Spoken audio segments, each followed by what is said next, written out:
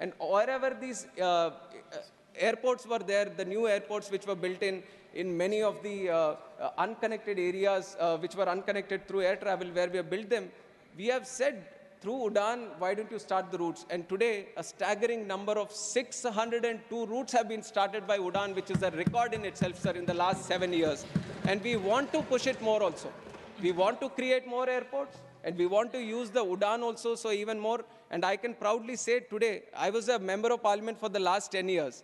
And initially, as I started as a member, sir, the most important request I would get from my constituents was that how do I get a new railway stop? I believe it is there today also.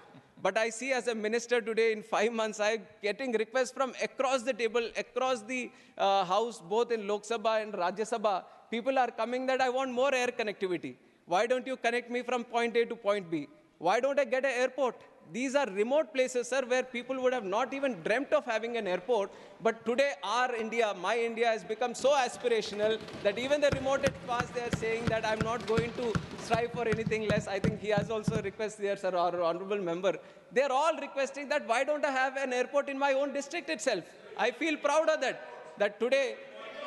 Please, Mr. John Britas, nothing Sir, is going on record, please. You speak. Mr. John Britas, I'll answer that when I get the don't get him in. No, please. Please, you speak. Sir, I am willing to answer all those questions. So I'm saying today, the India has become so aspirational that everyone is dreaming and aspiring to have their own airport, and we want to cater to those dreams. We want to build those airports because we feel if we can't do it today, it will become a challenge tomorrow. Tomorrow, the land is going to be a scarcity. Everyone wants to have land, and nobody is parting away with their land also. And tomorrow, it might get even more difficult. For one airport to build, if we want to cater for big, wider aircrafts, we need at least 1,000 acres, sir. And now, today, if we don't start, that is why it is very important to build this infrastructure now. And our Honorable Prime Minister has taken it at the right time, and we have made consistent progress. But we believe that there is a lot more to achieve for us in civil aviation. And with the help of this act, we are going to move into that direction, and we collectively will achieve what I'm saying today, that we will be the #1 domestic civil aviation market in the whole world, and that we are going to achieve. With these comments, I would like to open the bill for discussion, sir. Thank you. Thank you very much, Deputy Chairman, sir, for giving me the opportunity to introduce this bill. In fact, this bill has been passed by the Lok Sabha in the last session with a lot of good faith and a positive energy. And I bring it with the same kind of energy to the Rajya Sabha, and I expect the same kind of support and cooperation from all the members here. And I would like to go a little bit into the brief of the whole Bharatiya Vayuyan Videyak, the act that we are bringing, the bill that we are bringing here. And if you look at civil aviation and how it started in India, in 1911, the first India Aircraft Act has been brought in the pre-independence era by the British. And at that time, the whole airspace was being monitored by this Indian Aircraft Act. And in 1919, there was a convention.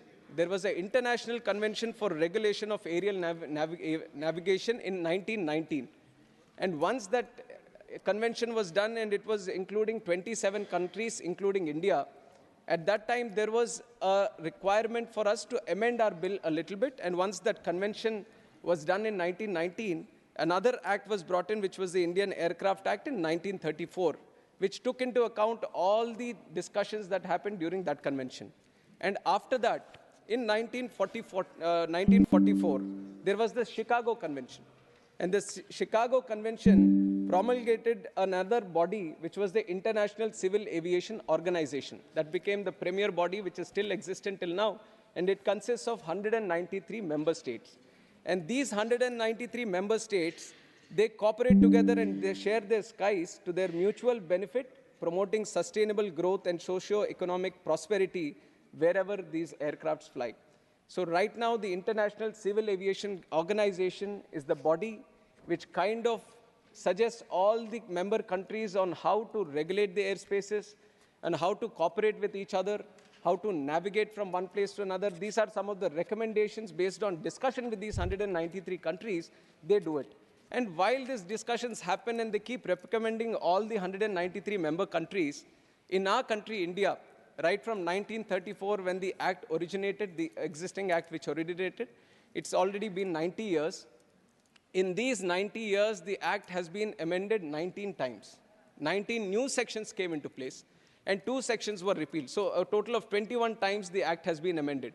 And while the process of doing all these amendments, whenever an amendment came in, everything was put in bits and pieces into the Act. Now, what did it lead to? There are a lot of redundancies, a lot of inconsistency, and a lot of disorganization happened within the original Act itself.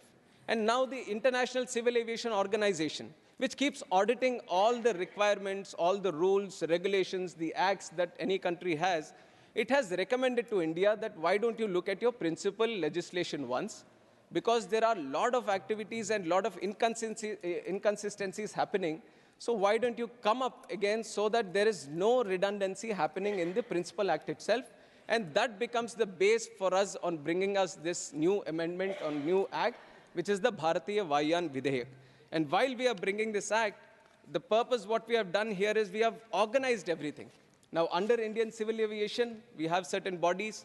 We have DGCA, which is the Director General for Civil Aviation. We have BCAS, which is the Bureau of Civil Aviation Security. AIB, Aircraft Accident Investigation Bureau. And there are central government also which makes its own legislations regarding the civil aviation. So if you look at the new act bill that we have brought in, there are clear sections made for the powers of each of these bodies. So there is a clear demarcation and a clear indication on what each body has to do. And we have entirely organized whatever was there in the earlier act, and we have totally organized it and presented it in a much better manner, which the ICAO also recommended to us in this. And on top of that, as we are talking about civil aviation, I'd like to present the House with some of the statistics also on how the growth has happened in civil aviation in the last 10 years. And I'll talk about it. I'll talk about it. I'll talk about it. Each and every issue regarding civil aviation, I'm willing to discuss on it, but I'll keep my purview regarding the bill in the beginnings. And if you talk about the civil aviation growth figures, after Narendra Modi ji has become the Prime Minister of this country, and you would have heard him constantly say also, when he talks about the Indian growth, he wants the Indian aviation also to assist the growth of India, this thing. And the number of airports, which is staggering number, 74 airports we had in 2014, and no other country in the world has achieved this kind of success where we have doubled from 74 to the almost 157 airports in the country, sir. This is a huge and staggering number, which surprises the best of the countries in the world also. And if you look at the domestic air passenger traffic, what was to be in 67 million in 2014, it is 153 million right now, which is more than doubled also. And the number of aircrafts that were there, the fleet size used to be 400 in 2014, and now in 10 years we have made it to 813. This also we have doubled.